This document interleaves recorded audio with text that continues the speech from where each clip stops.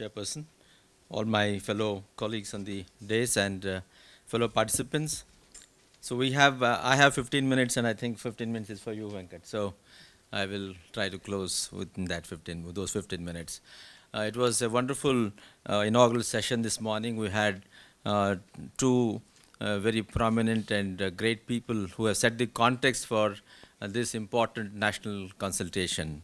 One, of course, the very father of a green revolution, and the second, the Honorable Vice President himself, who is now so keen about agriculture that only last month we had a national consultation on agriculture at Pune, and we had people drawn from different parts of the country, and the strategy for sustainable agriculture and also doubling of farmers' income was discussed at that particular consultation.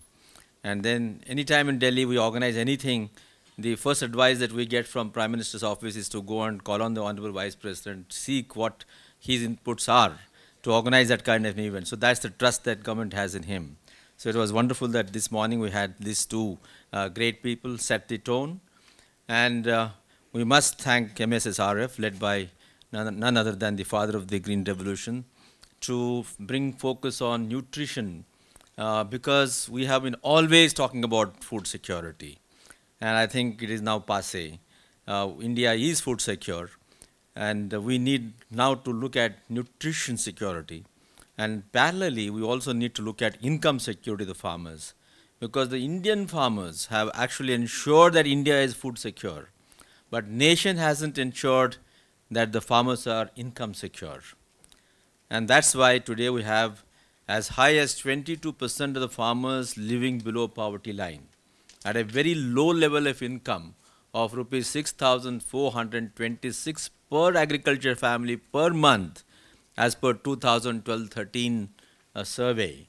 Now, at the current prices in 2015-16, that rupees 78,000 annual income has gone up to around 98,000 rupees. So just imagine how poor the farmers are. One point that I must bring to your notice, that yes, India, as per 2011 census, we have as high a percentage of 28 below poverty line. And you might say that farmers are only 22% below poverty line. But then the irony is, farmers' poverty stands in contrast to the general poverty. The reason being, farmers have an asset, and that biggest asset is their land. Also they have cattle and other kinds of assets. Despite owning asset, they are not able to generate enough income, enough productive employment to live a dignified life. And therefore, there is a difference between the farmer-linked poverty and a general population-linked poverty, where large number of people may not be having access to assets. Now, leaving it at that, the context today is that how agriculture become central to achieving the nutritional security of the country. India has been talking about demographic dividend. We had United States, which had an advantage of demographic dividend in the 1930s, 40s, and 50s, almost till late 60s, and therefore you saw where USA went up. Beginning in 1970s, it was China's turn, and for 30 years they enjoyed demographic dividend. They took advantage of that. 2000s up to 2050 almost is India's era. We have the demographic dividend. But just because we have majority of the population within the youth group or within the young population does not automatically mean that India is going to grow up. It is a necessary condition, but not a sufficient condition. The necessary condition is, yes, we have a working population. But a sufficient condition is that this population is enabled to work and contribute to the Indian society, which means that they should enjoy good health, good education, good skills, and be provided an opportunity to contribute. And health is the basis of all that. But unfortunately, that today, one of the largest number of nutrition-related diseases are in India. Let's say kwashiorkor, for example, which is linked to nutrition. It is one of the highest in India. We have one of the highest percentage of stunted growth, higher percentage of wasted growth, highest percentage of malnourishment. So this is an irony. And how do we now see that agriculture now actually becomes the core platform for transforming India's health status. Now, when we define food security, we all know what it is. FAO has defined very well that there has to be an accessible availability of food sufficient in the country, there has to be accessibility, and there has to be affordability. Just because we produce enough in the country and store 60 million hectare tons in our FCI godowns doesn't mean that Indians are having enough food. We need to make it accessible. That means we should have a strong logistics in such a way that we're able to reach out the required quantity of food to every nook and corner of this country. But more importantly, after having reached out to the villages, we need to create that affordability among the people such that they will buy what they want to buy. All right, we have been able to do that, and let's give us a thumbs up to the Indian policy formulation and the society at large. But as I told you, as far as nutrition is concerned, we are not there still home. Now, do we have a definition for nutrition security? I think we can only rely upon, though it's a common sense, but let's now, as we all love definitions and some framework. UNICEF gave us a framework sometime in 1990s. So what is nutrition security? First thing is, yes, it has to be available and accessible, likely. That's the first requirement. And the second very important thing is, what are the feeding practices? And that is what constitutes, or the feeding practices and general health care system is what is going to ensure a nutrition security. And the third pillar of this nutrition security is to what is the external environment. In the sense, what is the health environment, what is the drinking water, sanitation, and a related environment in the country. So these three things are actually going to define to what extent India can actually become nutrition secure soon. If this is going to be the framework for us, we also now need to know as to what exactly is the pathway to achieve this kind of a nutritional security. All of us are aware that India is a land of small and marginal farmers, and integrated farming in a way is innate to Indian agriculture. But of course, unfortunately, over the last 30 years, where we started practicing more of monocropping because of kind of research and policy support that we had, rather a skewed policy support in this country, where we gave larger support to certain crops like paddy and wheat at the cost of nutri-cereals, at the cost of pulses, at the cost of oil seeds. Today we have got a skewed cropping system in our country. And in the integrated farming, which was actually so natural and innate to the Indian agriculture system, has also got substituted by the monocropping. So therefore, the subsistence agriculture, which is much maligned one, also can be reinvigorated to actually make it nutrition secure for the families.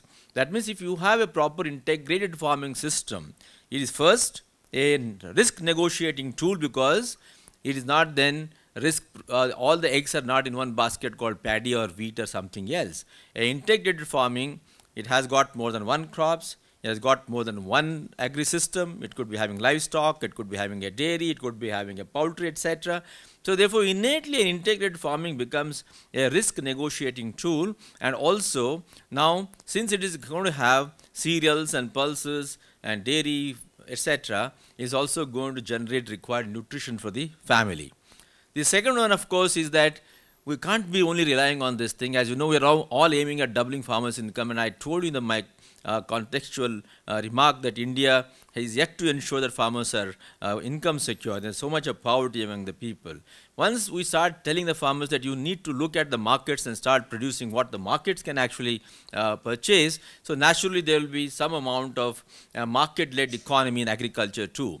If that happens, then how do we ensure a food security, nutrition security? So when we have a market-led approach, then what is going to happen is it is possible that some farmers who are large will be able to produce cereals as well as pulses and also dairy, etc. But larger number of people would be producing one or two of these components, and they have to earn enough from whatever they produce such that they are able to purchase the other requirements from the market. Now all of us have learned that there is a calorie deficiency, there is a protein deficiency, and then there is a micronutrient deficiency. Let's say the small and marginal farmers, depending upon the local agroclimatic conditions, are either able to grow a cereal, it could be a staple cereal, or it could be a nutri-cereal, or it could be only pulses or something like that. But then they have to earn so much from that. Then they should be able to purchase the fruits and vegetables and other kinds of micronutrient carrying commodities from the market. So can agriculture in that context ensure that the farmers are able to generate enough income such that they are able to ultimately balance their nutrition. That is the second aspect of it. The third important aspect is that now, what about the women? Because lots of studies across the globe have taught us, particularly in the poorer countries like Asian and African countries, that if we are able to empower women, then the women will ensure that the nutrition of the family, and more particularly the nutrition of the children, is taken care of. Because innately the mother's tendency is to always look at the children, unlike the men in the house. So if we are able to educate, impart skills, and teach them a value of nutrition, and the women folk would be able to ensure that the family and children in particular, because the growing age is very important, they are all taken care of nutritionally. So that's very important. We must not forget the women empowerment in this whole nutrition security. And the fourth one, of course, is that what happens to the prices in the commodity? Yes, somebody has, one person has told very rightly that everybody on the earth is somehow related to agriculture. It is not necessary for you to be an agriculturist. Even those who do not practice agriculture are linked to agriculture because you're a consumer. And that is the first requirement for every human being, that he has to keep his body and soul together. So as long as everybody on this earth is linked to food, and that is agriculture, so what are the real prices of the commodities in the market? Yes, we need to balance the interests of the farmer, the producers, because their incomes have to be risen. Simultaneously, the consumers also must have accessibility and affordability to all kinds of commodities for food and nutrition security. So therefore, in order to balance the interests of the producers and the consumers, which are apparently in the contradictory, we need to have proper policy so that the consumers as a class are able to access nutrition from the market wherever they, in different forms that they need to. So that's very important. And another important aspect is that how does agriculture contribute to the general GDP of the economy? Because unless every sector, primary sector, including agriculture, secondary sector and tertiary sector, they should be able to make a marked contribution to the general economy, so that the growth, not only the growth is happening, but the purchasing power of the people also is being taken care of. Unless we ensure that the purchasing power of the people increases, we will not be able to ensure nutrition security. Because you will always find that a poorer family is much dependent only on calories, because it has to just keep its body and soul together. Only this differentiation in the kinds of food that we consume starts happening when you have extra money to pay. So therefore, then we start purchasing eggs or milk or fruits and vegetables, fish, etc. So purchasing power of the people is extremely important. Today, what is happening? Now, let's come to the next issue, that if we say that purchasing power is important, is it going to ensure the nutrition security? Once again, I would like to emphasize that purchasing power or economic growth is only a necessary condition. It is not a sufficient condition. It is not a sufficient condition because unless we are able to educate the people as to what to eat, how to eat, in what form to eat, we will not be able to take care of nutrition. It is therefore not surprising that India today is a land of irony.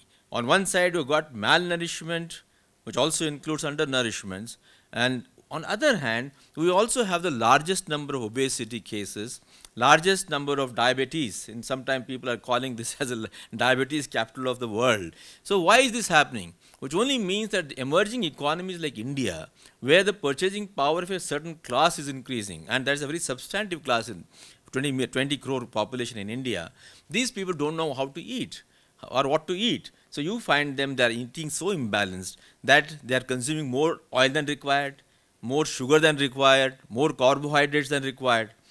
While the recommendation of the nutritionists, for example, is to consume about 18 kg of edible oil per person per annum, in India, we're already at 19 kgs. On one side, we're spending 73,000 crore on importing edible oils, and on the other side, the people are eating more than required. And at the current levels of growth by 2022-23, Indians will be consuming anywhere near 31 kgs of edible oil per person per annum. It's an irony. So therefore, the lesson is that we need to start educating the people about proper nutrition. So I think these are what is, I would say, very important issues. And I would before ending up, let me tell you that yes, now we have the luxury of having the food security. When we started actually rolling out Green Revolution in the 1960s, it was required. It was a reaction. It was more than a response. It was a reaction. India was food hungry. We needed to buy food at any cost, produce food at any cost, and therefore people, revolutionaries like Dr. Swaminathan responded appropriately and ensured that India became food secure. But today we have the luxury of the food security, and therefore we should be able to use this particular latitude to now change the cropping geometry. Now the cropping geometry needs to change according to the agroclimatic conditions. 54% of Indian cultivated area is under rain-fed systems, which cannot sustain paddy, which cannot sustain other water-guzzling crops like sugar cane, wheat, etc. These are the agroclimatic conditions, these are the cultivation systems most appropriate for low water duty, climate resilient, climate smart crops like the nutri-cereals. In fact, unfortunately, in India, where hierarchy is the order of the day, these nutri-cereals had been called as core cereals. Look at that. We call rice and wheat as fine cereals, and we call these as core cereals. So this year, Government of India, it dawned upon them, and we said, all right, we need to change this terminology. So we notified in the Gazette, no more core cereals. Please stop using the word core cereal. Now it's called nutri-cereal because they have high nutrients. They are very, glycemic index is extremely good. You eat in the morning, you don't feel hungry till afternoon or till evening. So therefore, your body will be under control. You don't have to put on a weight. So therefore, the nutri-cereals are extremely suited for these kind of areas. But unfortunately, the research has not focused on them.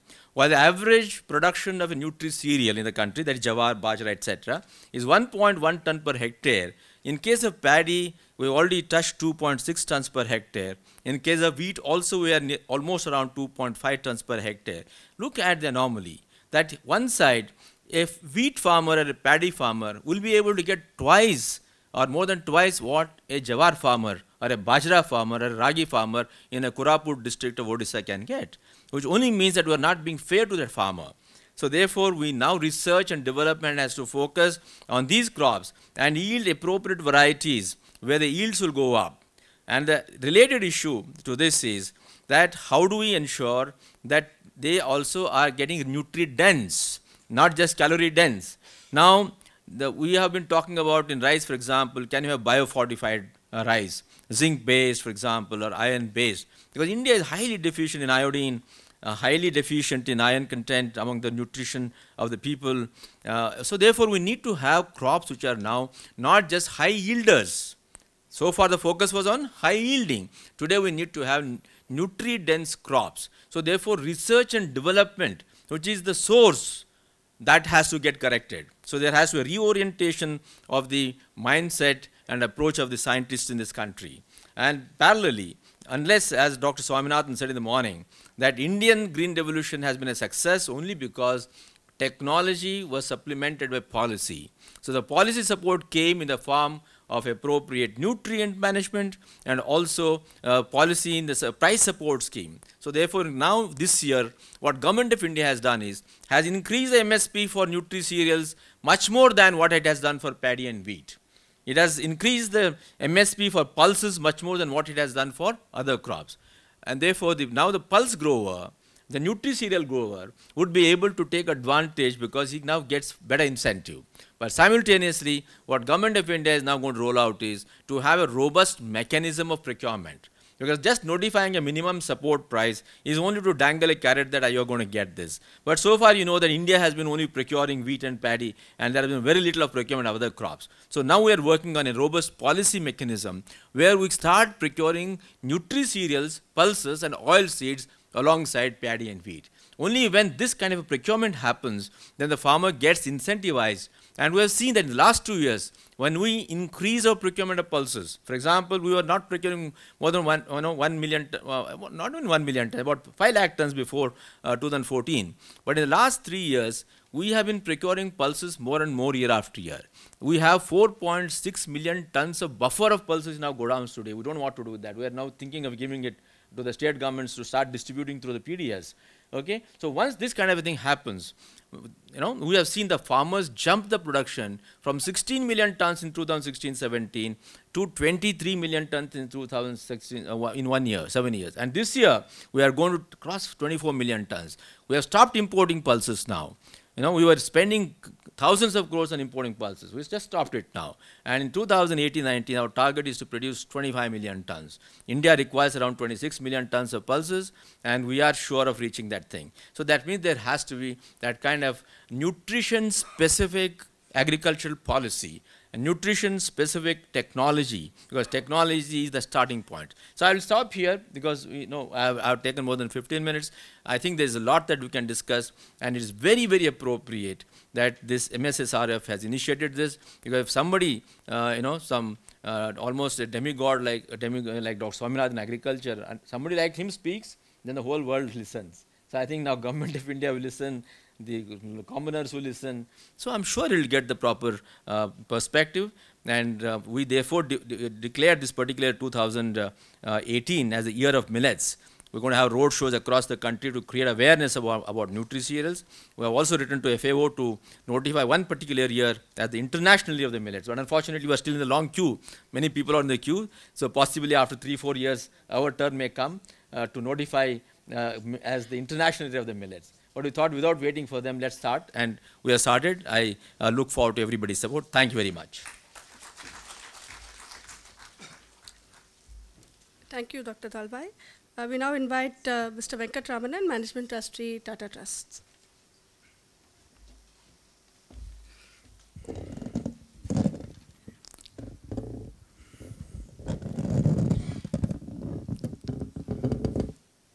Guess pitfalls of being a bit tall.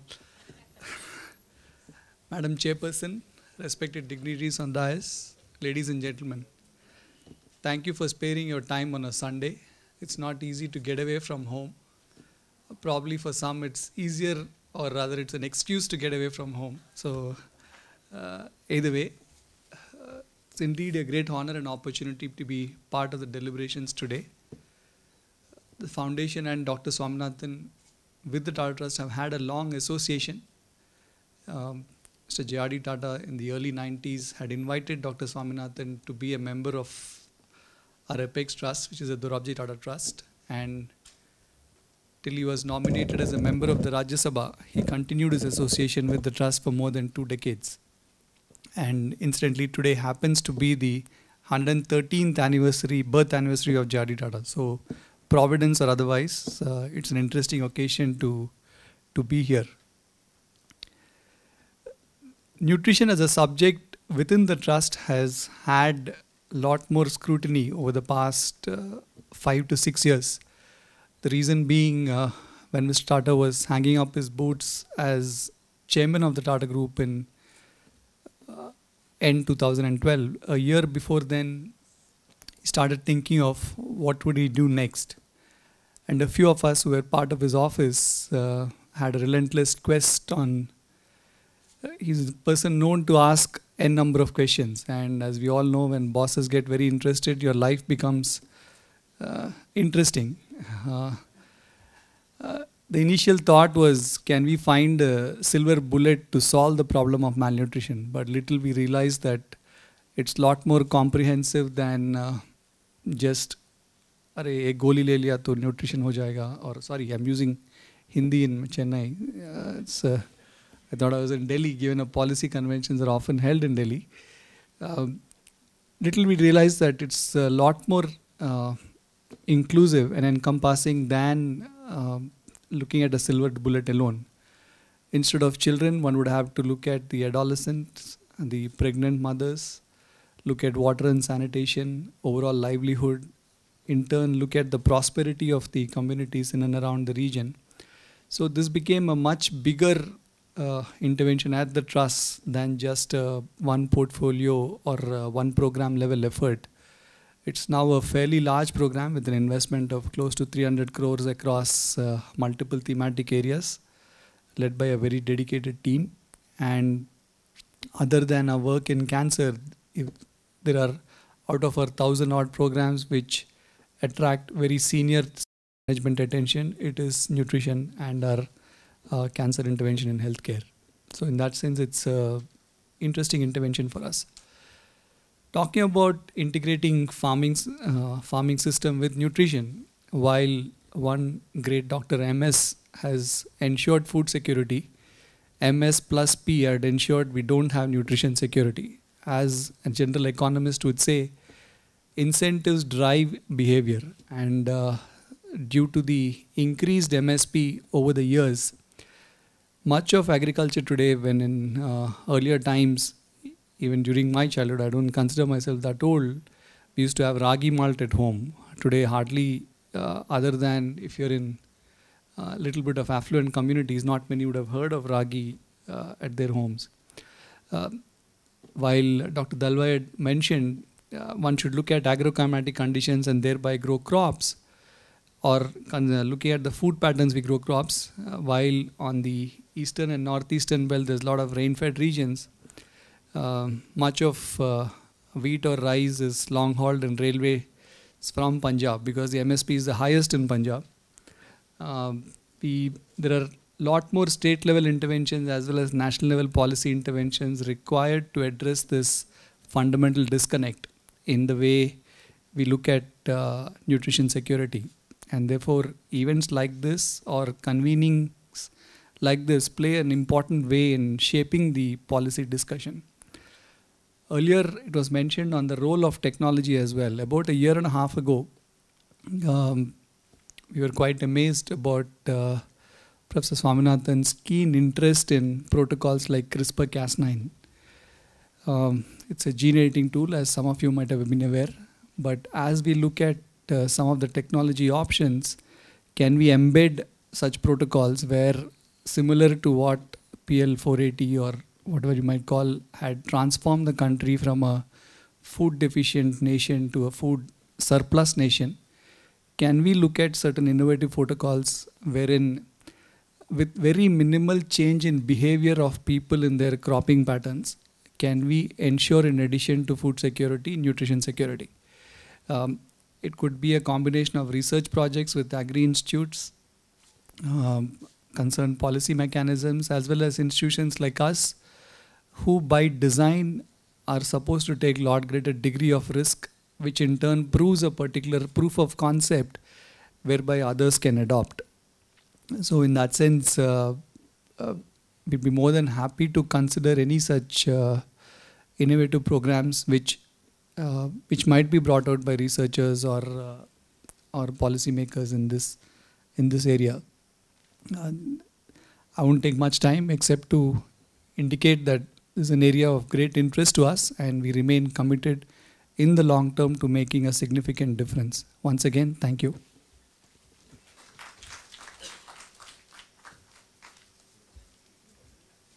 Thank you, Mr. Venkatraman. Thank you, Mr. Venkatraman.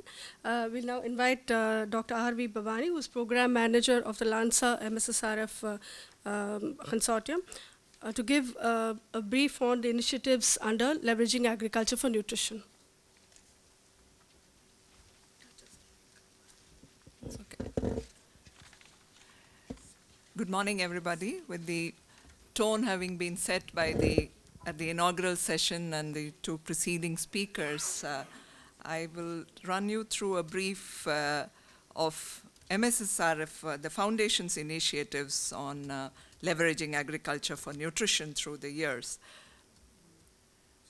So at the Foundation, food and nutrition security and having as an organization for sustainable rural development, leveraging agriculture for nutrition and food and nutrition security has been a core underlying theme in our work in all the areas that, in the field areas that we work in, both at action research and at the field level. So I just wanted to place this before you. This was in the early years, in 1995-96, Professor M.S. Swaminathan, in his introduction to our annual report, the chairman's introduction, how he defined food and nutrition security. And you'll see going through it that it resonates so much with what we have today as the Sustainable Development Goal 2, which calls for ending hunger, achieving food security and improved nutrition, and promoting sustainable agriculture.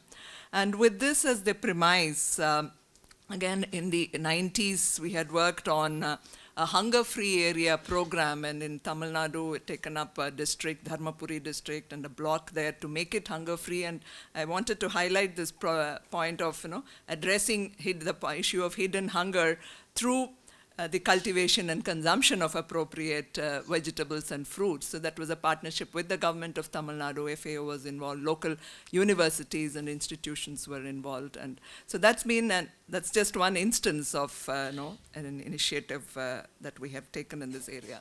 So just to give you a brief in our different areas where we've focused on leveraging agriculture for nutrition, in terms of community-based interventions to promote agrobiodiversity conservation and food security, to demonstrate models of the gene, seed, grain bank continuum, and working with communities to have sustainable agriculture practices, promoting home gardens of fruits and vegetables, which we are now focusing as nutrition gardens with focused, direct nutrition focus in terms of choice of vegetables. And a couple of, between 2011 and 14, we had spearheaded this program on alleviating poverty and malnutrition in agrobiodiversity hotspots. Among the agrobiodiversity hotspot areas that we work in is Koraput district in Orissa, Wayanad in Kerala, and we've been in Kolli Hills in the Namakkal district of Tamil Nadu, and where the approach has been through the 4C of conservation, cultivation, consumption, and commerce, through working with rural communities and making them have a stake in local biodiversity conservation. Again, to draw your attention to target 2.5 of the Sustainable Development Goal 2, which again calls for this kind of genetic preserving, conserving, and genetic diversity through participatory approaches at the community level.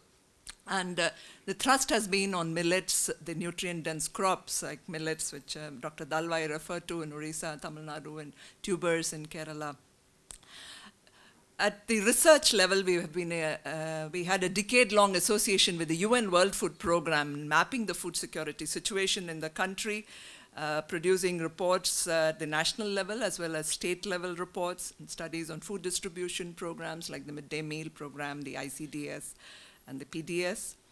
And building capacity at the community level has been is a core thrust area across all our work in terms to endeavor to ensure sustainability once a project ends and we move forward. How do you ensure that it continues? So building cadres at the community level in terms of agrobiodiversity corps, the community hunger fighters. We started working with the women from farmer suicide affected families in Vidarbha, trying to organize them, and then included other women farmers and covering them under what subsequently came to be a national program as Mahila Kisan Sashaktikaran Pariyojana. And with support from that, we've organized about 3,200 women farmers across 2 blocks of Wardha district have been federated. There are 3 block level federations now, and similar work happening in Orissa. Again, promoting farmer producer organizations. A lot of NGOs are now engaged in doing this, where again focusing on nutrient-dense crops like millets, pulses, and facilitating the capacity building of in the management of these FPOs. And as an NGO, we endeavor to demonstrate models. So it's like community food grain banks in tribal areas of Orissa, which are still functioning and in terms of now managing themselves independently. We worked on promoting community fodder banks in Ladakh, because that's again that was in the early 2000s, where there are these lean periods when areas are cut off during the severe winters. Feed banks for poultry in Namakkal was something we tried out. Pulse panchayats, again, promotion of pulses. Dr. Dalwai talked a lot about pulses, but again, having farmers groups doing it in one area and getting the required support once it's done at a cluster level. And the farming system for nutrition model, about which I'll talk a little more in detail. And moving forward from these models, engaging at the policy advocacy level.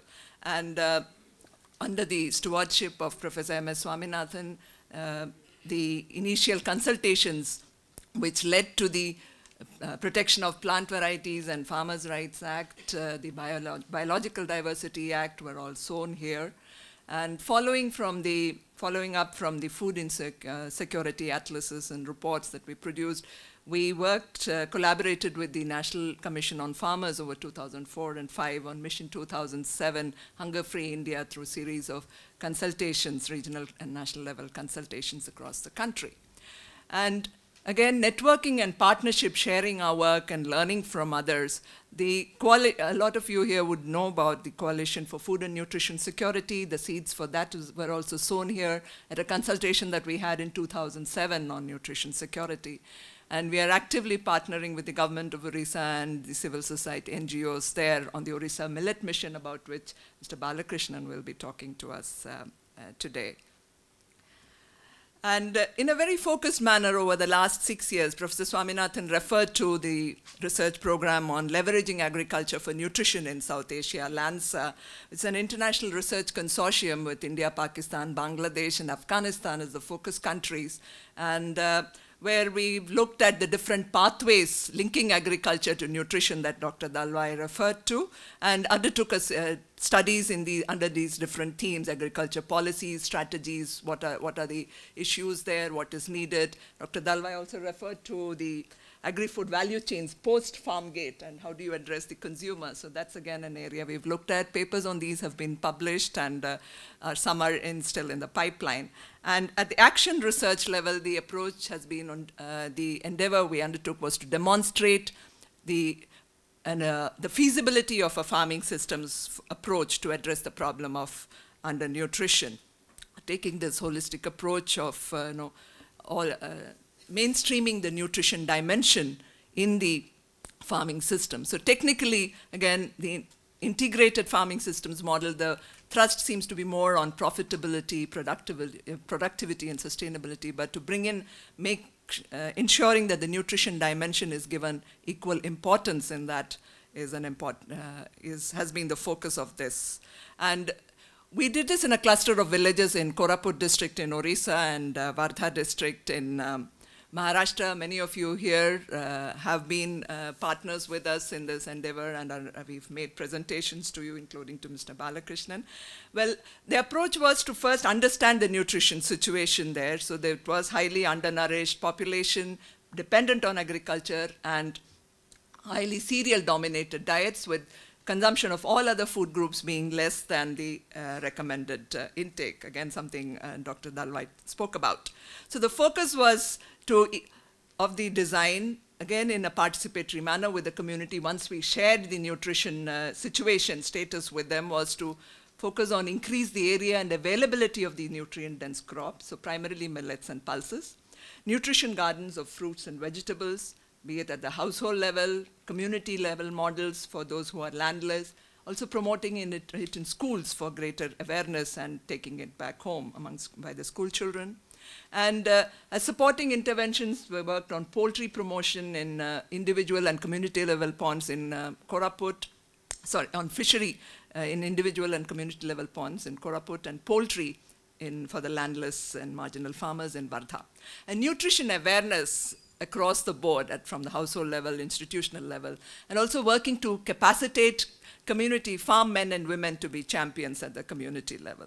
And going forward from this, it's like these farm men and women have now become our spokespersons. So this is just to run you through the approach that I described in terms of our thrust on bringing this change on promotion of nutrient-dense crops.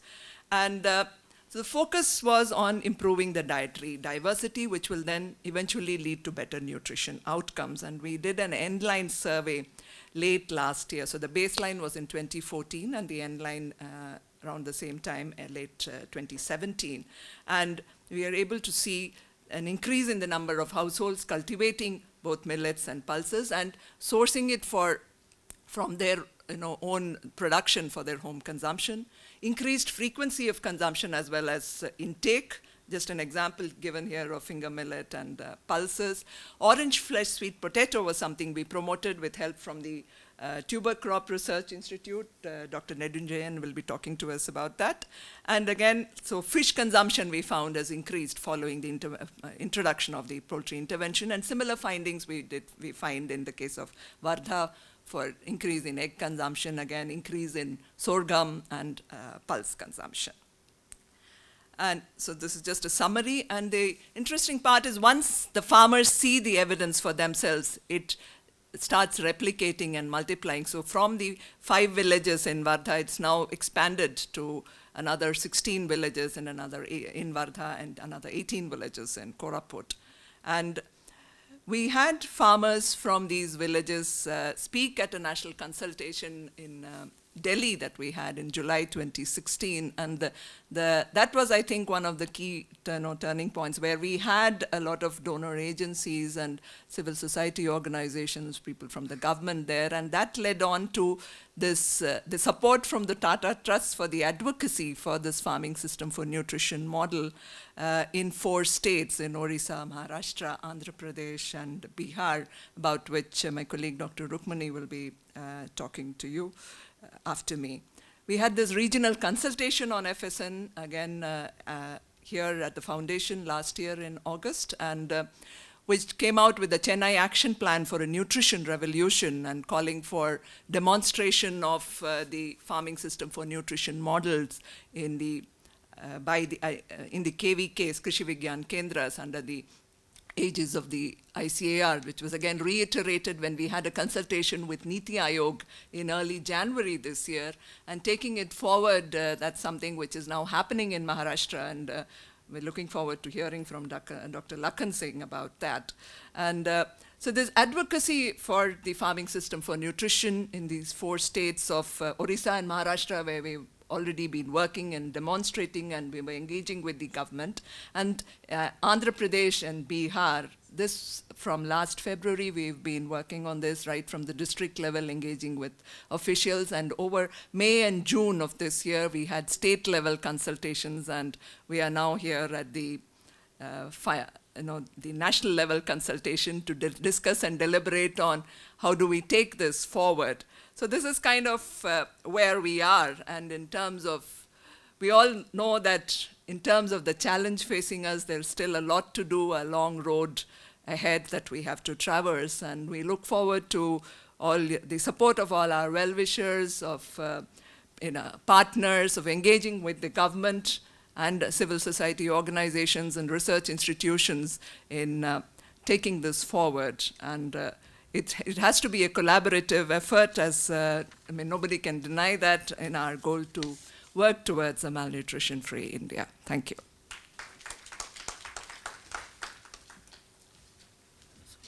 Thank you, Bhavani.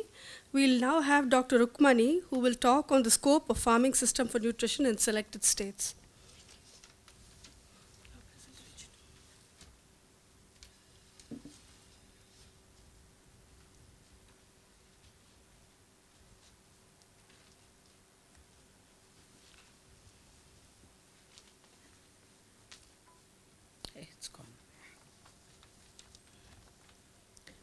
Good morning. Respected Dr. Prema Ramachandran, Dr. Ashok Talwai, Sri Balakrishnan, Sri Venkatramanan, and Dr. Neduncherian, Dr. Lakhan Singh, Dr. Bhavani, and distinguished participants. A very good morning to all of you, and thank you for being here on a Sunday. Now, what I propose to do is to talk to you about the work we have been doing over the last 18 months or so with the support of the Tata Trust. As Bhavani pointed out, over the last 6 years, we have been working in a focused manner on the concept of leveraging agriculture for nutrition. And we worked in difficult areas of India, in Koraput region and in Vidarbha. And the results we saw in our pilot study, in the models that we were creating, was extremely interesting and important. And as always, MSSRF focuses on creating models, and we need to look for support to the state if we have to take it to scale. And that is exactly what we had done. And so we proposed that we would work across 4 states, Andhra Pradesh, Bihar, Maharashtra and Orissa. And the advocacy here on the concept of farming system for nutrition, there were basically 2 aspects to it. One was in terms of creating awareness on what this concept is all about. And this was done to farmers, to policymakers, to other NGO partners, and to Panchayat Raj institutions across the block, district, and state level. The second aspect of this advocacy was to look at the policies that are being pursued in these 4 states and to see how these policies can be strengthened to make them nutrition sensitive. So these were basically the 2 components of the work that we did over the last 18 months, and I'm going to be talking to you about that. And before I get into the work, let me take a couple of minutes to talk to you about the concept itself. So the concept of farming system for nutrition, as coined by Professor Swaminathan, is a food-based approach, and it talks about introducing agricultural remedies for nutritional maladies prevailing in an area. The most important example that one can think of is the successful biofortified variety that has been developed in the world, which is the orange flesh sweet potato, for which the scientists have also been awarded the World Food Prize in 2016. So the orange flesh sweet potato, which is enriched with vitamin A, there is empirical evidence to show that it has successfully addressed the vitamin A deficiency. So that similarly, can we identify remedies from the farming system itself to address our agricultural problem? This is what this concept is all about. As was also pointed out by Bhavani, this is basically integrating a nutritional dimension, integrating nutrition to address food security. Now, when we say food security, as was mentioned previously also, the concept of food security itself has changed, has evolved over the years. Now, in the second post-World War period, when we said food security, it was seen in relation to food availability, food supply, and food production. And over the years, say in 1970s, the dimensions of access to food, food stability, food sustainability, these dimensions were brought in to our understanding of food security. And in the early 90s, the dimension of nutrition was brought into the concept of food security. It was food and nutrition security. Today, we no longer, when we say food security, we always, the concept of nutrition is integrated into it. So when the concept of food security has evolved over the years, so should our expectation or the role for agriculture also needs to evolve. So when we say agriculture, what is the role of agriculture? Agriculture can no longer serve only as a source of food. Agriculture has to be a source of food and nutrition. So that is what this concept of farming system of nutrition is all about. Can we reap more nutrition per unit area? That is what this concept is about. And how do we combine different components of the farming system? Say livestock, poultry, horticulture, sericulture. How do we combine all these different components of farming system to address the different nutritional deficiencies that we see today? Now, we do understand that farmers have moved away from integrated farming system essentially because of various constraints that they face. So it is becoming increasingly difficult for farmers to farmers to have livestock. So the farming system for nutrition is not something which is asking farmers to go back and go back to earlier days of having, integrated farming system, because obviously because there are constraints to having all the components that farmers have moved away. So an ideal situation would be one where farmers can have various components, but even in a situation where farmers can only have, say, crops, can we grow the crops with nutri-dense or nutri-rich crop? That is where the component of multiple cropping and intercropping and cropping with biofortified crops come in.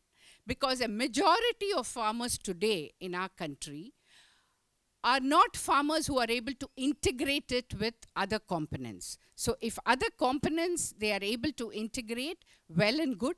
If not, if you have only cropping system, can the cropping system be modified or tuned to bring in more nutrition for their household consumption as well as for the market? So that is what this concept is all about. So in a sense, it is a concept which promotes production of diversified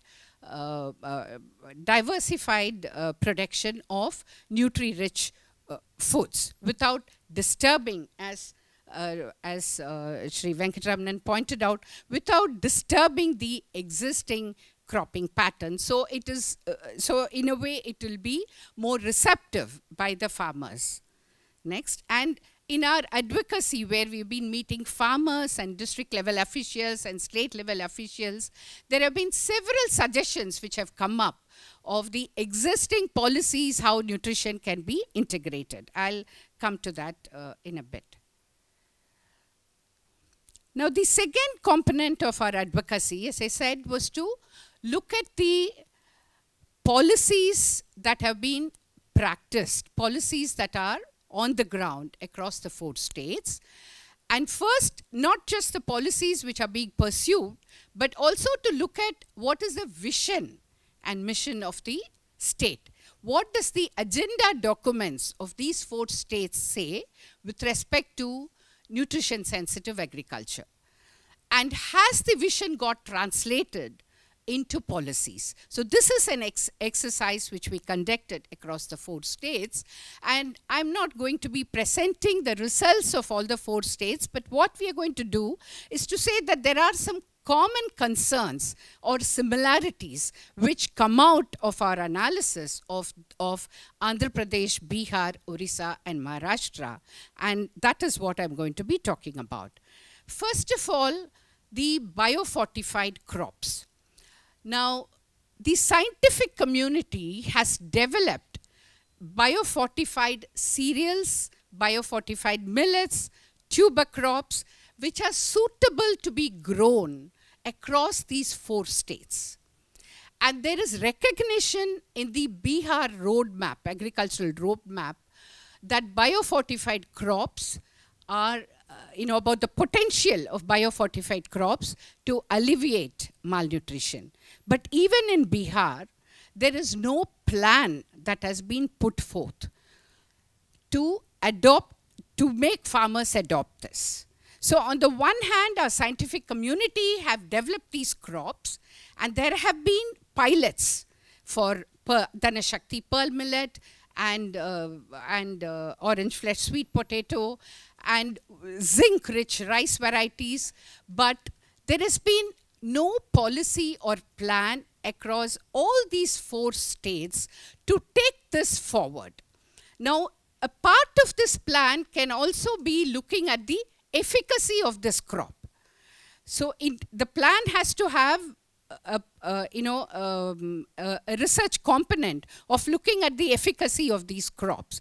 So that is something which is extremely important for the states, and also in a meeting that we had at Niti Aayog, it was also pointed out that even across the nation, there is no policy on biofortified crops. So this lack of link between scientific community and the government needs to be addressed, and the potential of biofortified crops to combat micronutrient deficiency needs to be taken on board. Now, the second concern that we found in our analysis across all the 4 states is all 4 states have excellent programs and policies on integrated farming system.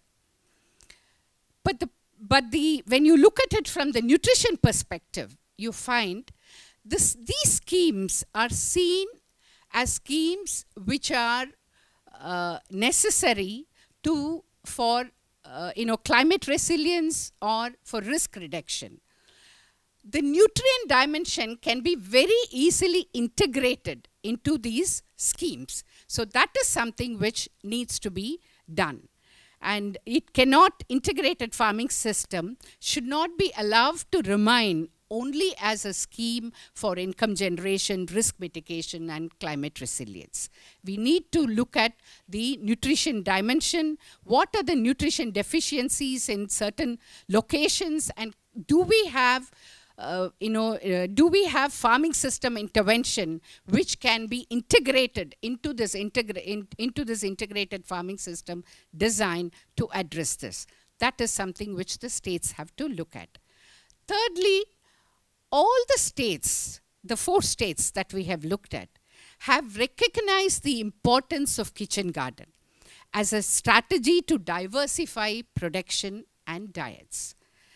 But we certainly have to go a long way, in terms of financial allocation or in terms of input support, essentially support of seed and planting material needed for rural households. So these policies, the schemes that you have, like for instance, Maharashtra has a kitchen garden scheme only for tribal districts, not for all the rural districts. And in other states, it is one scheme under the horticultural department. Everything works well in our country when it is on a mission mode approach. So can we consider looking at promotion of kitchen garden on a mission mode approach? So that is the third concern which comes out. Fourthly, again, all the 4 states have beautiful policies on food processing and value addition and marketing. But these policies are tuned towards some niche crops, crops that have export orientation, and these are tuned towards provision to urban markets. So can we move on? Can we broaden this? Can we broaden this to include, because there is a need to include fruits and vegetable and millets and pulses in our food processing policies. Fifthly, this was again mentioned earlier. Now the nutrition literacy program, all the states and the central government, we have a nutrition literacy program, but we have a targeted approach. We are looking at pregnant women, adolescent and lactating women, and adolescent girls. Now, knowledge on what to grow and what to consume, is something which farmers need to know and consumers need to know. Farmers are also consumers. So it is very important that we take nutrition literacy, across all age groups. There is a need to have a life cycle approach when we are creating awareness on nutrition. Finally, it's extremely important for us to have a strong agricultural extension services.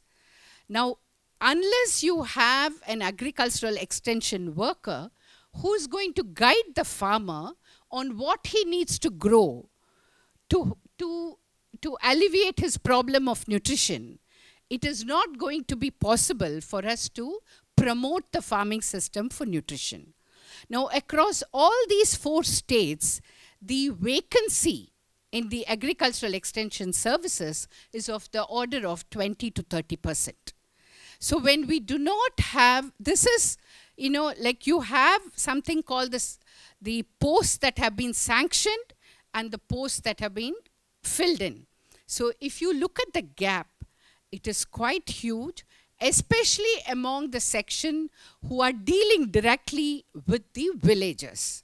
So if you need to promote agriculture and promote an approach which is novel, you know, a farming system for nutrition approach, it's extremely important that the state emphasizes on strengthening its agricultural extension services.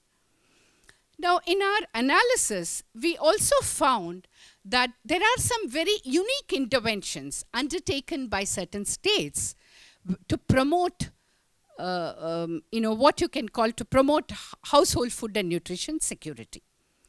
For instance, the Annapurna model of Andhra Pradesh government, it's a 50-cent model where they produce enough food and, you know, various types of food grains and vegetables and fruits enough for the household. So this is also something which can be taken up by the other states.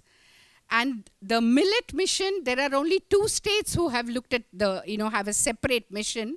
One is Orissa and one is Andhra Pradesh. So we will listen to Sri Balakrishnan sir to talk about the millet mission. And the homestead land. Now, having even 5 to 10 cents of homestead land has a positive link to household food security. You have a homestead land, in addition to have a dwelling, you can grow vegetables, you can have livestock, you can have poultry. So there is a very positive direct relationship between entitlement, ownership to homestead and household food and nutrition security. Now, of these 4 states, we found Orissa and Bihar have done extremely important work with respect to homestead. Orissa's Vasuntara scheme has, you know, they have covered a large section of, you know, homesteadless families in that.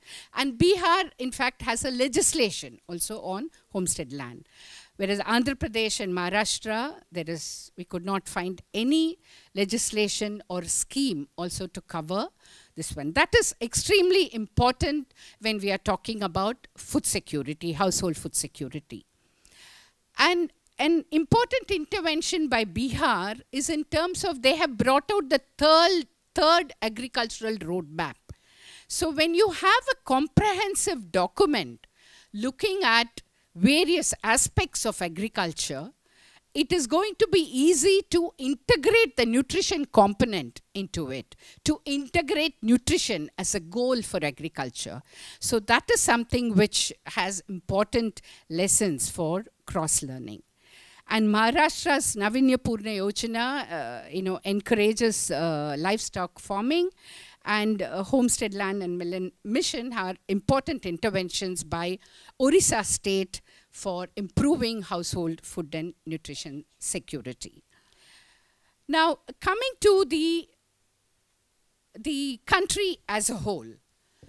Now, as was pointed out in our Vice President's address, there is increasing recognition. The National Nutrition Strategy talks about convergence with the Agricultural Department. So there is a recognition of the importance of leveraging from other departments for nutrition. But nutrition must be recognized as a goal for agriculture and allied sector in the country. Now, I have spoken about this, promoting nutrition literacy. Now, Professor Swaminathan in his many writings has suggested that using the NutriFarm scheme of the Government of India, can we establish genetic gardens across blocks or districts in our country? Now, these genetic gardens will have a diversified variety of crops, which are either naturally fortified, like what he mentioned, Murunga, or biofortified crops. So they will serve 2 purposes. One is as a tool for education, and second, for supply of planting material and seeds to farmers. So a national grid of genetic gardens is something that we are recommending towards a farming system for nutrition approach.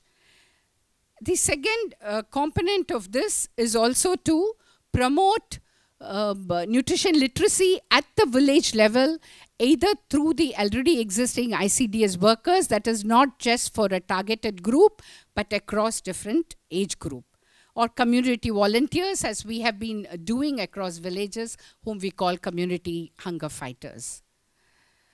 Next, addressing hidden hunger through promotion of backyard nutrition gardens. So some of the concerns that we found in our state level analysis are obviously coming into our recommendations for the country as a whole.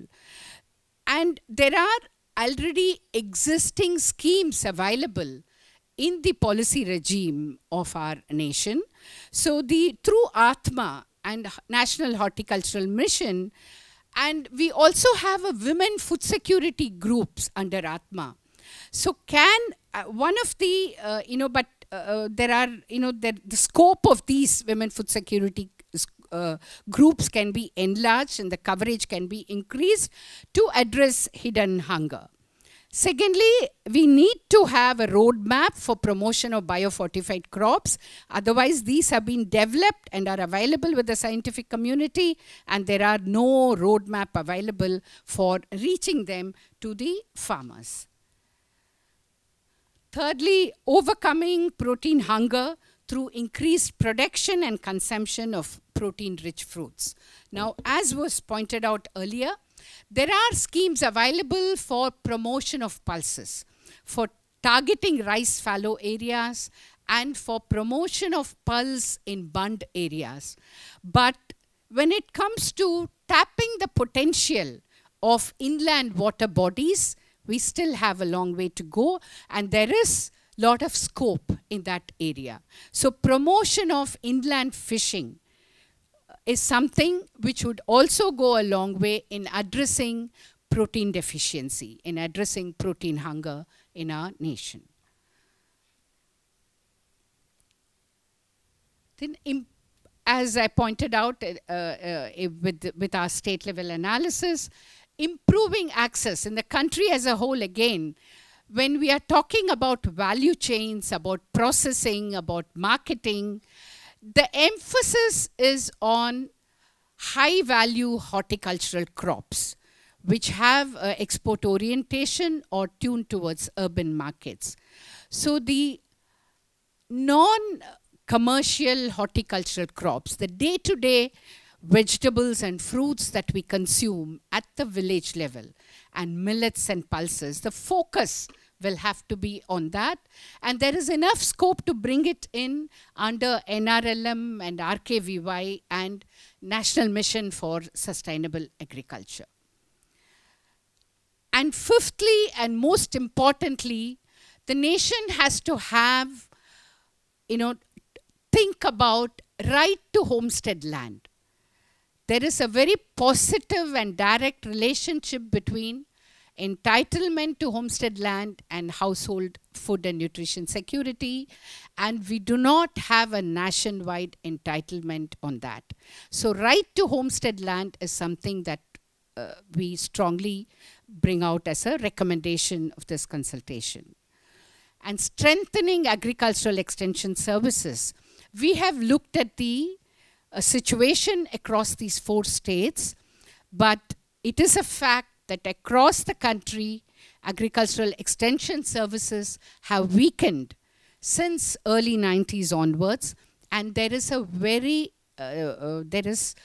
clear need to strengthen this, to promote agriculture. Finally, strengthening departmental convergence for enabling joint action plan. Now, when we are talking about farming system for nutrition, bringing in different components of the farming system, of livestock, of poultry, not just agriculture and allied, but also in terms of health, safe drinking water, and nutrition literacy, all of this cannot happen unless we strengthen our departmental convergence. So that is something which is needed, and that is something that we give out as our recommendation. So these are briefly our recommendations, and all these analysis and the advocacy that we have done over the last 18 months across these 4 states couldn't have been possible without the team effort and hard work of my entire team of Anuradha, Gopinath, Shaktivelan, Samyukta Kannan, Sanjeev and Varun, and a big thanks to all of them for this. Thank you.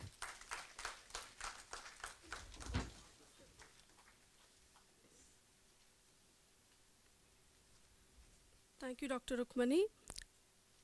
We'll now listen to Dr. Sri R. Balakrishnan, who will talk to us on the millet mission in Odisha.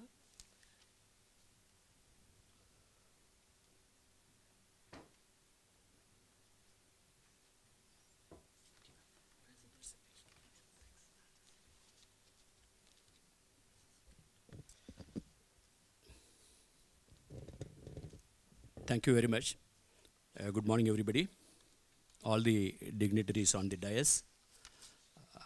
It's my privilege to be here to talk about the millet mission of Odisha. But before touching that particular subject and tell what we are doing and what is the objective and how we are going about it, I would try to paint a little broad picture in the demographic and historical and geographical context. I know that there are lot of people who cannot understand Tamil, because since I'd be quoting literature from an ancient Sangam literature, but I will provide the translation as well, so that to set the context. Some 2,200 years back, a poet, Mangudi Kilar, wrote a poem number 335 in Purananuru. He is basically telling what is indigenous, what is native. He just give a 4 for each detailing. I would read it out. Few lines I will read it in Tamil later on, but I will rather first tell in English. He talks about of strength difficult to overcome. There are no flowers other than these 4. He gives a list of 4 flowers: Kuravam, Talavam, Kurundam, and Mullai. No rose, no jasmine, no chrysanthemum, no exotic flowers. These are the 4 flowers. There are no foods other than these 4. Varahu with black stems, Karungal Varahu. Large eared Tinai is again, both are cereals. Kol on small vines.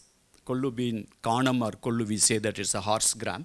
We think that it's to be eaten by horse. And spotted avarai beans. There is no other food other than these 4. And there are no groups other than these 4. Tudi drummers, pawners, parai drummers, and kadambans. No high priest, no great rulers, no kings. These are the things. There are no gods other than the memorial stones of heroes who blocked enemies, killed their elephants with the lifted bright tusk, and got killed to be worshipped with rice sourings. If you go to a wedding in Tamil Nadu, they all hand over some rice to be put on the bride and bridegroom to give an asirvadam. And basically, it's basically a thing. And all. Then in this particular catalog, the food is cataloged, the 2 cereals, which we were calling as a course. Now they want to call it Nutri cereals now. And then a beans and another gram which we think that horse eats. And then rice which was used to worship. But the whole scenario changed. When I was in my childhood, when I used to go from Madurai to my maternal grandfather's deep interior villages, I heard people talking that having a rice at home, it's something the village will talk about. In so-and-so's house, they are eating rice today, or something like that. So normally they were eating kind of ragi and other thing. And the rice was something like to celebrate or some event or festival occasions and all. Now from Chennai to Bhubaneswar, when I carry my luggage in flight, most of the time I carry some of the cereals, and this is the way we have traveled. And then there are certain things better told through metaphors and symbolism, and then events rather than rolling out the statistics. I will tell you in the Orissa's context. Sometime in 80s, you must be remembering that when India was doing an airdropping, some of the food pockets in Jaffna as a part of their intervention before the IPKF going, and then we put some food pockets in Jaffna. And that came the reply from the President of Sri Lanka, asking our Indian Prime Minister to drop the food pockets in Kalahandi, in Odisha, not in Sri Lanka. It was a headline, it was in India Today, and in 80s, late 80s. Today, no one would dare to tell that drop the food pockets in Kalahandi. We are a rice surplus state. We contribute to the rice production, rice procurement, and put it in the PDS. And then Orissa has done the context-wise, if you say that in the last 15 years, the farmer incomes have been doubled, and we are a rice surplus state. 8 million people have been lifted above poverty line. Our infant mortality rate has drastically reduced, and we are doing better than the national average. We have been getting Krishi Kamman Award very regularly, consecutively for 4 years. And all these things are happening. But then the current thrust, as my colleague Mr. Ashok Dalwai pointed out, that the India today is not talking about the food security. We are not talking about the famine anymore. We are not talking about a Bengal famine or any kind of starvation deaths. Particularly Mr. Dalwai is known for his report. In the early part of, we were all had started our career in the tribal areas. That is the way our sensitivity is basically ingrained in us in the initial part of our career. Particularly Mr. Dalwai was known and hounded for a report about starvation death he submitted sometime in 86. There was a thing, a Gunupur starvation report which he submitted. So from that day, we are right now talking about nutrition as an important thing. In this process, most importantly, I was just going to listening to the recommendation which Dr. Rukmani was giving, and we listened to the researchers, we listened to the civil society. I was already passing on to my system that some of the recommendation they are telling, we will go ahead and do that. And I already got an yes from as an answer. And then I'll tell you, in this time when we were writing budget, I happened to be somewhere hospitalized in Chennai. I couldn't be very much into the writing of the budget itself, though I did it about last 2-3 years. So then one day before the budget going to the printing press, the next day budget has to be read. Then I had an opportunity to listen to one of the presentation from the Swaminathan Foundation. You must be glad to know that in Orissa right now we have a nutrition secretariat. We work with the NGOs. We have a secretariat, call it a nutrition secretariat. We will put the nutrition as a very important articulation in the budget. I had only less than about 24 hours time. Then we just managed to put a sentence in the budget reading by the finance minister that we will bring in a nutrition orientation to the agriculture policy. We have a separate agriculture cabinet. We have an agriculture budget. We will think a part of the agriculture budget. We will talk about the nutrition budget. We will talk about the nutrition auditing of our own schemes. And we are already trying to converge. The department which I am heading was earlier known to be, it was being called as a planning and coordination department. We realized that in WhatsApp age, we just don't coordination as a big thing to be achieved by the government. In any case, we coordinate and we communicate, and things are done through WhatsApp and thing. So what was needed to be is not a coordination. In the info technology era, what was needed to be done was a convergence. So then in the process, we changed the acronym. Without changing the acronym of PNC department, we changed the attitude. From planning and coordination, it became the planning and convergence. The moment we started bringing the articulation of convergence in our discussion and conversation, and we found that many things changed. and converging with our budgetary resources, with the extra budgetary resources, and doing Government of India scheme with the Government of Orissa scheme, our own schemes which are working in silos and talking to each other, departments talking to each other. In that process only, we found a necessary base for the millet mission. I hope that I have 5 more minutes. Okay. Now coming to the what this millet mission is all about. We have seen in 40% of the Orissa's demography is between scheduled caste and scheduled tribe. Scheduled caste tribes population is 25% of the population, the highest in mainland India. And then we have a 62 type of tribes speaking different linguistics, language families of Austro-Asiatic and Dravidian and Indo-Aryan and Desia languages. So that means it's a diversity, and then 13 of them are primitive tribe. And then at the same time, we have a claim. We make a claim to be one of the cradle of the rice cultivation in the Jaipur. Dr. Ramaya and others have done a study long back in 50s. And earlier, even before that, the studies have been made about the rice, Jaipur region being the cradle of, one of the cradles of the rice cultivation. So then this particular tribal diversity was actually providing for a diverse crop pattern, which subsequently, due to the intervention through the PDS, then the articulation and the support system for these particular cereals and the millet actually was non-existent. The rice from Punjab was coming. There was an advocacy or the lobby group for the rice. There's a lobby group for wheat. There's a lobby group for sugarcane. And no one talked about the millets. And way back in 1989, when I attended a training, I used the term called scheduled crop for the millets.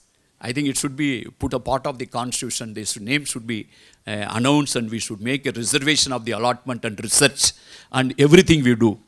I think unfortunately the universities have not done well in that particular sphere, because at that time the focus was basically avoiding hunger and starvation. Now the fact that right now we are talking the nutrition, our Odisha Millet Mission, it works on 3 pillars. Right now we are doing involving 5 lakh farmers in the rain deficit area. In 55 blocks, we started with the 30 blocks, now we added 25 more, and in 11 districts totally.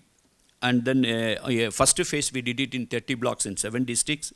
And then inclusion of the nutritional security scheme is an important approach.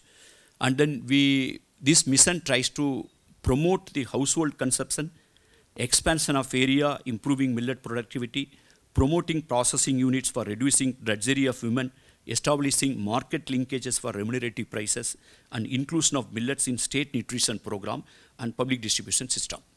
So after that, Mr. Sovan Patnaik, Government of India Secretary, also a couple of times he participated in our consultation process with the Government of Odisha and M.S. Swaminathan Foundation and other stakeholders. This particular triangle works very wonderfully well. This millet mission is one example or a great learning process for us. That means how a government system can work with the NGOs with the absolutely clear stated objective, and also academia. So we put the almost driving force in one of our academic institution being run by the Government of Odisha and the Government of India together. That is the Navakrishna Chaudhary Development Studies. And that we had an excellent director.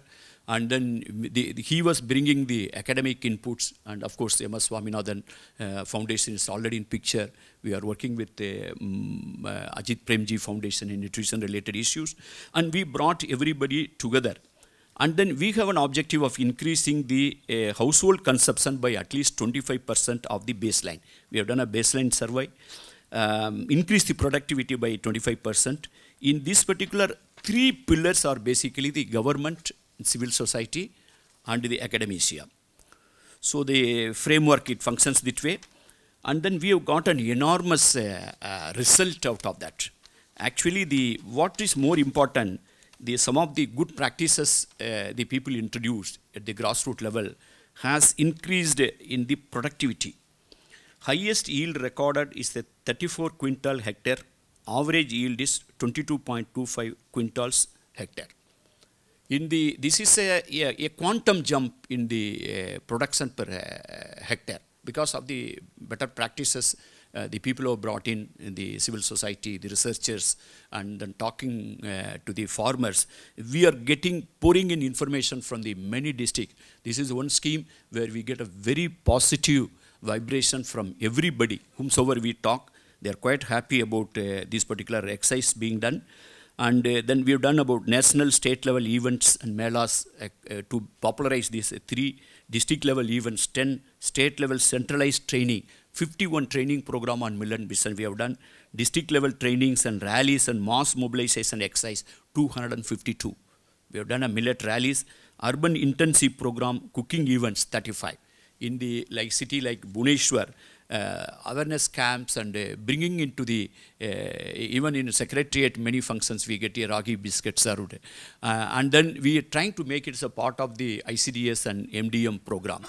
And then now that a lot of people have gone for the growing millet in the Orissa's context, mostly it means ragi, mandia, or kelvaragu, whatever it is. So then then the thing is that when we try to bring into the MDM and then and also ICDS scheme, but as my colleague Ashok pointed out, that they have come out with a national year of millet and also increased the minimum support price substantially. But then as he already informed that the MSP announcement alone is not going to deliver unless we are present in the market and support. So we were really worried about it. We cannot afford to send a wrong signal. Suppose that we went and made a noise about millet mission and people have gone for it. Suppose there is a distress sale, because that we know that we made a study. Last year it was something around 17 rupees and all. But then we know that it was being sold more than the MSP. There was no distress thing. Rather, we found that when it reaches the Big Bazaar and the Reliance and other stores, it's ultimately it fetches almost 80 rupees, 100 rupees, 120 rupees, depending on the branding and the packaging and depending on the city. So then again, the household consumption was not happening much. So we are trying to achieve this both. That means, if you really look at it, Ashok was pointing out about India is becoming a kind of diabetics capital. Right now, you'll see that the way Coke and Pepsi was available in the interior villages of India, which we were not able to even reach out with a portable drinking water. The same is happening with oats. In my villages, in the areas, even in the deep pockets of Orissa and Tamil Nadu, in many places, oats being sold in a small pocket and pouches. And then if you really look at it per kilo, how much was the per kilo? It's 100 gram packets and 200 gram packets. It's enormous. The per kilo would be converting into 250 rupees or 200 rupees or 300 rupees like that. And then the food grade oats is not grown anywhere in India. Cattle grade is grown, but a crop which is not grown anywhere in India. India believes that if you want to escape from the diabetes, you have to eat oats. Right now, my relatives, my villages, they talk oats very as a household name, and they have it in the fridge. They offer me oats. I'm not amused. And this is the kind of scenario we have to bring these particular millets. And then we are very much convinced that if you don't remain present in the market, if stop the distress sale, we will be highly maligned. I think we would have done a great disservice. We were not sure what is the Government of India policy. We are told that NFSA, like in the PDS, suppose that if I substitute 1 kilo of millets, and then I will get a kind of a subsidy from the Government of India. But we have a problem. Over the time, we have created a certain amount of Sanskritization involved in the food habits. We made our own people to believe that eating mandia and millet is below the dignity. Can you believe that? Urban India takes millet and feels proud. Urban India takes millet in 5-star hotels and feel proud. But then our own people made to think that eating their own food is below the dignity. So today, if I go and tell that I take away your 1 kilo rice, and then I give, instead I give 1 kilo ragi, probably it may not be correct. I may not be able to market it even politically. So that means we have to think right now how we are going to do about it. But then distress sale, one thing we will not allow. Whether Government of India does anything or not, we have already made a provision worth of 100 crores already. We have made a provision of 100 crores. We will be in market. Last 2-3 days, we had a couple of conversations. Probably by next week, we will take a call. in which way we will be we probably will lift it and give it back.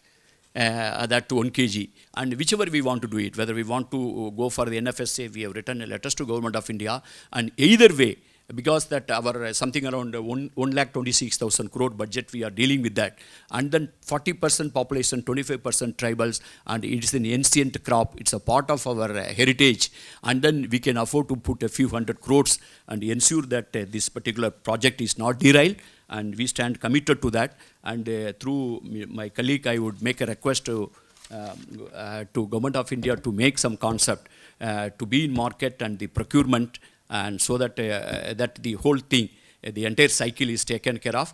Otherwise, the Government of Orissa stand committed, and we will make it happen. And also some of the suggestions today being made, kitchen garden, other thing, we will ensure that these are taken care of. Thank you very much.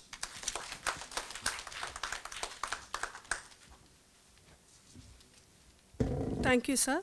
We'll now have Dr. Neduncherian speak on tuber crops-based cropping system for household nutritional security.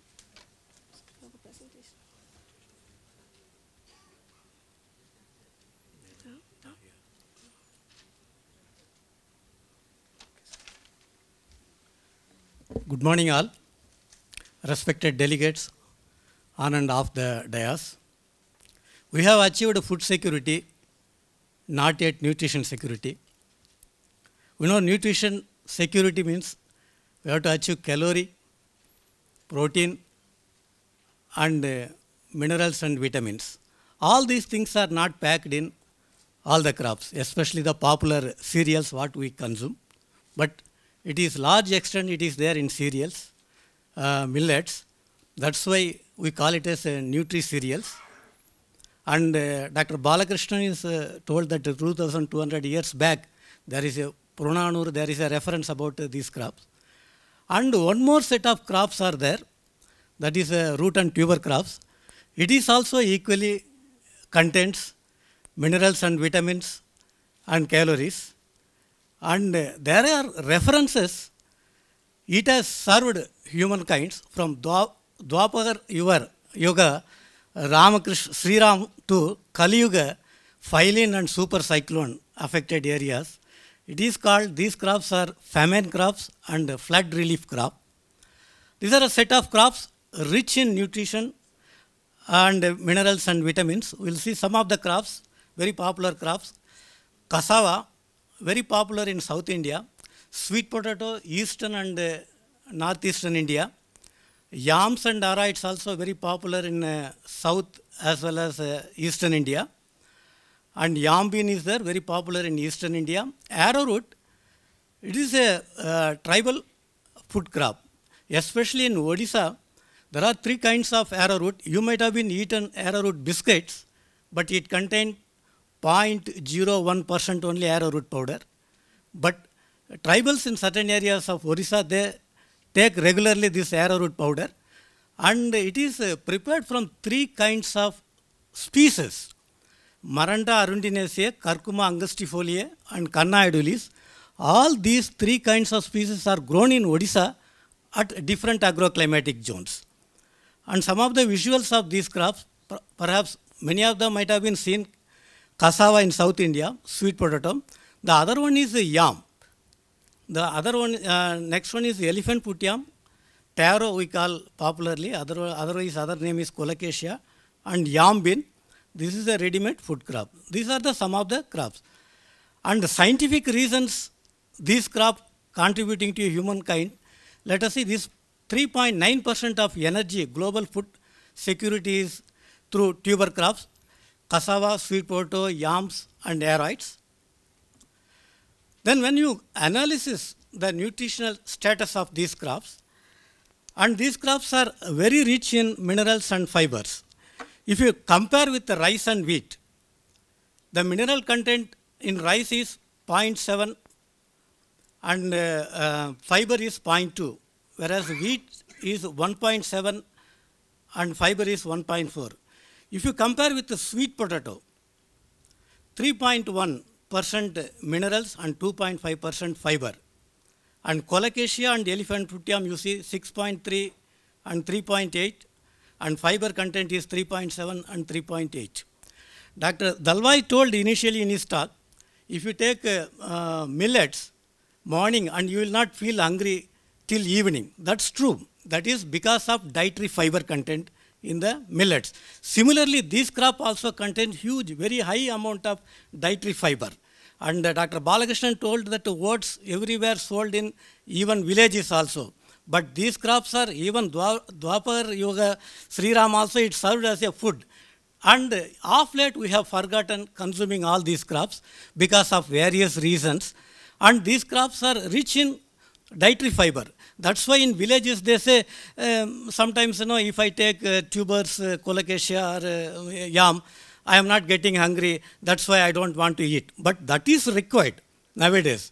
Now all we are getting diabetes because of the food what you consume immediately digest and release the energy. But these crops, because of content of dietary fiber, it releases, digest slowly and release the energy. But somehow people are not having understanding, and most of the doctors also unfortunately recommend when a person suffers diabetes, immediately don't take roots and tuber. It is not the case. Sweet potato is a good for sweet potato, and elephant putium colocasia is good for diabetes because it contains high amount of dietary fiber. Unknowingly, certain times, certain things are going on. And these food crops, even though deficit little in protein content, but if you compare per hectare basis, the protein contribution of root and tuber crops, it is a very high and equal to rice and maize, sweet potato, yams. If you compare the protein, even though content is less, but yield per hectare is high. And their food balance, if you compare to 1961, that the beginning of the Green Revolution, and 2009, how all the food crops are, the contribution to the food system is increased, but certain tuber crops contribution is less, not up to the mark. So the food production, million tons, if you see 1961, 777, 3 times it has increased. Similarly, sweet potato also, there is a marginal increase. But whereas in other tuber crops, there is a considerable increase. Even food supply also, if you get consumption also. But why? Because sweet potato is a decreased. Food supply, if you say kg per hectare, kg per capita per year, all crops are increased, but sweet potato is decreased. This is one of the best crop, but reason is different. Main reason here is most of the tuber crops we are consuming as a vegetable or snack food, and the storability of this crop is very less, maybe hardly a month. And something we have to do for these crops so that these crops can be consumed for more than 6 months. The best is, say for example, sweet potato. In 1961, the food supply per capita consumption is 26.3, now it is 8.3 only. Because people are not showing interest on sweet potato rather than potato. So how to increase the consumption? We talk about the household consumption, the production is increasing. Okay, production is increasing, but consumption is decreasing because of storability, most of the tuber crops. And storability can be increased in modified form. So let us, we will talk slowly. Let us see the first sweet potato, because I am talking mainly on the context of Odisha. It's one of the popular crop, more than 40,000 hectares it is grown. We have developed n number of varieties rich in nutrition. And one of the, recently we have, just you see the nutrient status, especially beta-carotene. Beta-carotene means vitamin A. It is a precursor of vitamin A, vitamin C and vitamin E. Sweet potato, you compare with carrot, it is equal to carrot in the beta-carotene content. And vitamin C you see very high, even better than carrot, and vitamin E also rich. And you can say that if it is equal to carrot, why not carrot we can consume, why to go for sweet potato? But again, even if you are taking vitamin rich or mineral rich food, bioabsorbability of our body, it depends upon the crop. But bioabsorbability in sweet potato is better than carrot. Even if you take 100 gram of carrot, bioabsorbability is only 70%, whereas in sweet potato is 90%. That is the advantage of taking sweet potato as a beta-carotene source. And we have released two new varieties. One is Busona. The inside of the sweet potato, usually it is in white color, it is a orange color.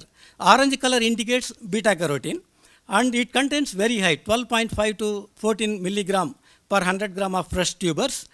And whereas another one is we released Bu Krishna, a sweet potato variety. It is like beetroot in color. Inside also, outside skin also, purple color, anthocyanin rich, 85 to 90 milligram per 100 gram.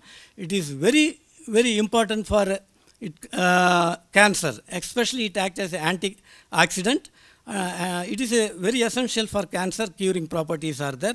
It's these two varieties we are popularizing in tribal areas of Orissa. And as I said, the sweet potato, the consumption as on now, only boiling and eating, and some people use for vegetable. And storability is for 1 month. Even if you say that we will increasing the nutritional security by going through sweet potato, means it won't work. Unless until the household level, it is consumed more than 6 months. And it should be available. The best way is you cut it into chips and you dry it. And the chips can be stored for more than 6 months. And if you require, you make it powder. Like atta, wheat, you can powder it. Like wheat, you can use it for in chapati making and roti making, whatever form you take. But up to 50% substitute, we can use it in wheat. Why? Because it is a completely gluten-free. It is one of the best food for gluten allergy. But gluten is essential for making roti and others. It is a binding agent. So it is not there in that binding agent gluten. You will not make roti in a shape, a round shape, or chapati. For that, you have to add wheat. You can go for up to 50%. Even in villages, in tribal areas, they take mandya, what Balakrishna was telling, ragi, kelvaragu. Kelvaragu kanji is very popular. That is jaw, they say in Odisha. They make kool. Kool is very popular. In the kool also, you can use up to 50% substitute sweet potato flour. And that way you can, consumption can be increased, prolonged in household level, in tribal areas, in villages also. Unless until you go for powder making, you will not achieve nutritional security through tuber crops. And this is the one way. And it is not only making chapati and roti. You can go for chips making. Like uncle chips, what we are getting from potato, you can go for very well using these chips. And we have varieties. It contains very less sugar. That is the sugar is the only part. Some people will not like sugary chips. And it is we have varieties which contains less sugars. And this is a way you can mix it with wheat. You can go for roti making and chapati making. These were demonstrated in some of the villages where we adopted, farmers are following. And you can go for cakes and other makings also. In commercial level, you can go for gulab jamun making also using this kind of varieties. And we want this crop should go larger extent, not only as a pure crop, it can be cultivated commercially with the intercropping, especially red gram, PGNP, it is a protein-rich crop. So that way, whatever deficit in the protein in the red gram can be substituted at household level. If you are combined, who take this tuber crop, this especially yam. And as I said that this crop is grown nearby trees only because of a trailing nature, it required support. And we have come with a technology, you can grow along with the maize. Maize will gives you, it is also one of the protein-rich crop. And this crop, after harvesting the crop, you leave the maize there, it will trail it on, and it will be yielding very good yield. Then the other one is elephant put yam. It's a very rich nutrition, especially medicinal properties are very high. This crop also we are popularizing. This is a white-spaced crop. In this crop also you can grow green gram, black gram as a intercrop.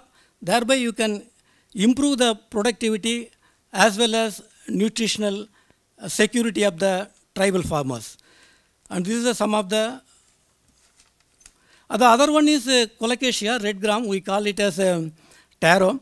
This also you can grow as a intercrop, 5:2 2 ratio we recommend as a intercrop. This is a very popular crop. Colocasia, everybody knows, throughout India it is grown.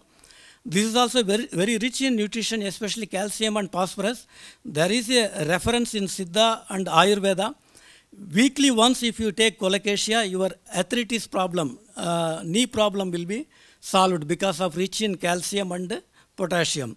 These are some of the crops we are looking for in tribal areas and household food security. These are the crops right now called as a poor man foods crop. As Dalwaiji is here, he has made it coarse cereal into nutritious cereal. So I request in future this crop can be called nutrient-dense crop or power bank crop. Thank you very much.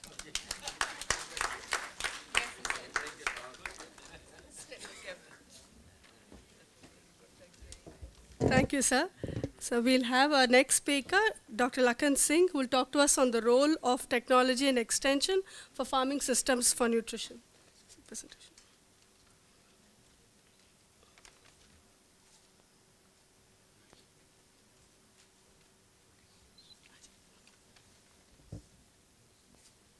Vanakkam, Namaskaram.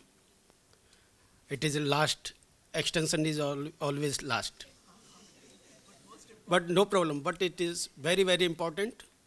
I will skip some of the things that I don't want to repeat. I will talk regarding technology and extension for farming system for nutrition through KVKs. Here again, this is framework around farming system, technology, package of sustainable agricultural innovation we have to discuss. Then extension. In our extension, we have to include, give focus on marginal, sub-marginal farmers, especially below 1 acre farmers that we are increasing. Community resource persons, farmer field schools, SHGs, especially for poor women, community management and community adoption, all these things. Here, that I will not repeat, that in 10th 5-year plan, it was also discussed access to even small pieces of land that we have to give focus on this one. So, similarly, for a small plot, there is ownership of even for a small plot of land enables a family to raise its income. It was also discussed in that one. It was also, we were discussing agriculture is the major source of poverty alleviation. But here, this homestead farming that we were also discussing. But here, this how we can integrate this FSN into integrated farming system model. Everybody is talking, but how? How we can include all these crops, nutrient-rich crops, nutrient-dense crops or varieties that we can also. These are some of the varieties and crops that I will not discuss. I want to discuss here community innovation. A package of innovations for multiple level of adoption by all farmers. It is needed as against single innovation for single farmer adoption. That we have to think about this one. And any package of innovations, all innovation demand community participation and community adoption. Community manages all the common resources in the villages. Regarding this, now need of the hour is we have to give more focus on nutrition security. Earlier in 1948, Grow More Food campaign was started. And at the same time, many programs were launched and at the, ultimately we got food secured. But now we are, ultimately we are also fighting for nutritional security after 17 years. Now, a new campaign is needed for balanced nutrition. That we can say national nutritional security campaign, we can start from this year itself. This on 24th April, we, along with the MSSRF officials, we organized a training program, sensitization workshop for KVK people. And 12 KVKs were identified and convinced to launch this FSN model at different KVKs in Maharashtra, 10 and 2 KVKs in Gujarat. And this is one of the latest case I can share from Aurangabad KVK, Lakhe Gam. They have started survey.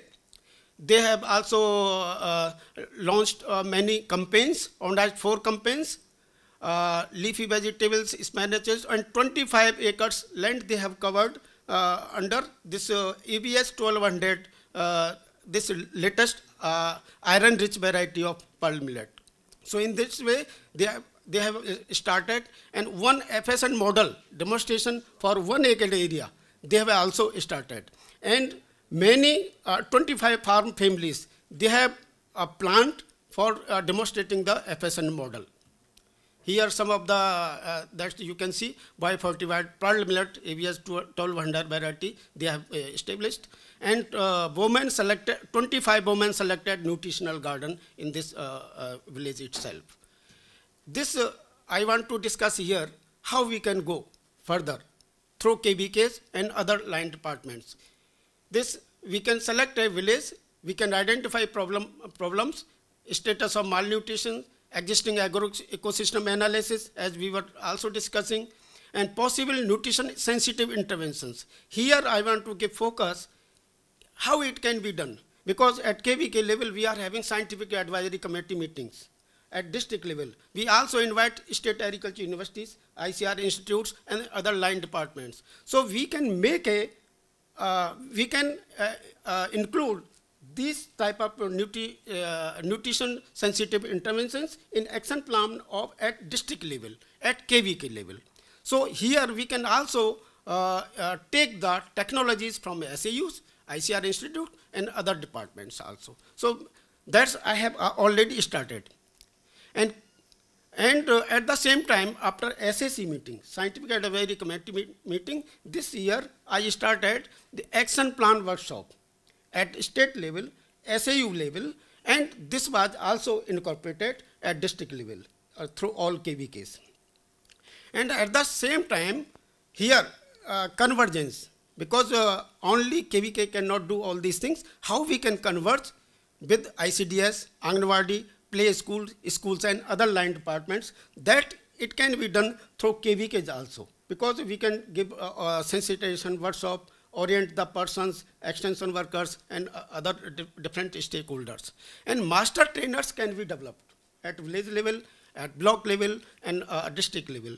And package of innovation is again needed, because we are also changing the things. In IFS model, we are also, with little bit changes, we are also incorporating all these things. That's why there is need of package of innovation.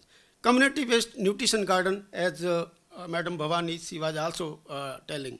And seed bank, we have to ensure the seeds, planting material about this nutri-rich crops and varieties. And demo units that I have also started at KVK level in Maharashtra and Gujarat. We have motivated the KVKs. You should have at least 1 demonstration units of this FSN model. That they have to utilize for educating the farmers, rural youth, and extension workers. And farm field school, why FFS for IPM only? We can also go for this. It is a sort of mechanism, teaching mechanism. And then we can go for other things, impact analysis like that. And that extension and communication strategies for integrating this FSN model through not KVKs but other agencies. Demonstration units that we have made mandatory at KVK, and nutrition garden at each household that we are also doing. Nutrition garden at each school that we can also take up. Then quiz competition at any schools, primary schools and junior high schools, that we can also take up. And display of problem with solutions at common places in villages. We can also display some of the literature, wall paintings, hoardings about these things. So it can also be taken up. And use of radio, community radio station, and some video clippings, small video clippings, and short message that we can also take up for this one. And shooting video and using for training the farmers, that we can also take up. Then coordinating with Atma, KVK for agro advisory. Everybody is talking, giving the messages on different aspects, but we can also include this one in our short messages, video messages through mobile-based agro advisory services. And location-specific nutrition message can be developed. It is not so easy, but in short, how we can develop some short messages, especially on nutrition aspect. Specific cases, in-depth studies of cases can be analyzed and demonstrated other areas. And nutrient-sensitive village motivators can be identified, and we can also train how they can convince others to follow this one. Exhibition on nutrition-sensitive agriculture. Especially, we can also go for focusing on nutrition-sensitive exhibitions. Then recognition of nutrient-sensitive villages and some village motivators at district level, at block level, at state level, at national level. We should also recognize by giving appreciation certificate or some awards like that. Then again, this gender empowerment and nutrition and demonstration to promote nutrition sensitive. That's here. ICR has started 3 programs, especially NARI, Nutrient-Sensitive Agriculture Research and Innovation. And the main purpose is also related to this one, food security must lead to nutritional security. This is one of the important objectives, to focus on gender empowerment and nutrition, demonstration to promote nutrition-sensitive agriculture like we are discussing, and capacity development and interventions at family level, farming family level. And it will be implemented in 100 KVKs across the country in Maharashtra and Gujarat, because I am looking after Maharashtra, Gujarat, and Goa, and covering 79 KVKs. So then I can ensure, if ICR will give NARI project only to 10 to 15 KVKs, but from Atari side, I would like to implement this program across 79 KVKs. Then value addition and technology incubation center in agriculture, VATCA. Again, it is also related to this value addition, that 100 VATCA centers will be promoted and implemented through KVKs. At the same time, this Chamta project, it is also being implemented in 125 districts across the country through ICR institutes and KVKs. So it is also being implemented in tribal dominated area. So it is all in nutshell, it is all. But I would like to ensure 12 KVKs I have identified and started working to adopt this FSN model, and definitely it was discussed with our Honorable Deputy Director General Dr. A.K. Singh ji at ICR, and he was telling, why not, why you are selecting 12 KVKs, why not all? So that we can discuss later on in next week. We can go to collaborate with this institute also to take such type of technological support and conceptual support. Thank you very much.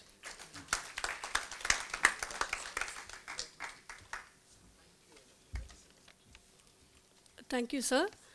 Before we move on to the open discussion, we'd like to honor each of the dignitaries on the stage, and I'd like to invite our Executive Director, Dr. Selvam, to do the honors, please.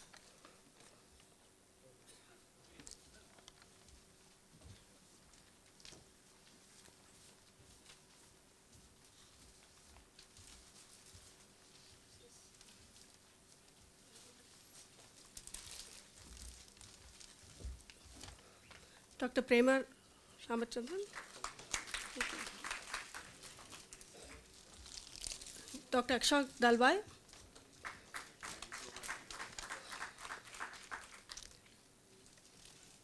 Mr. R. Venkatramanan.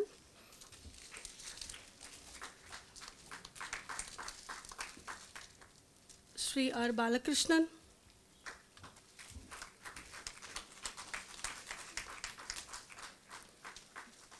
Sri Neduncharian.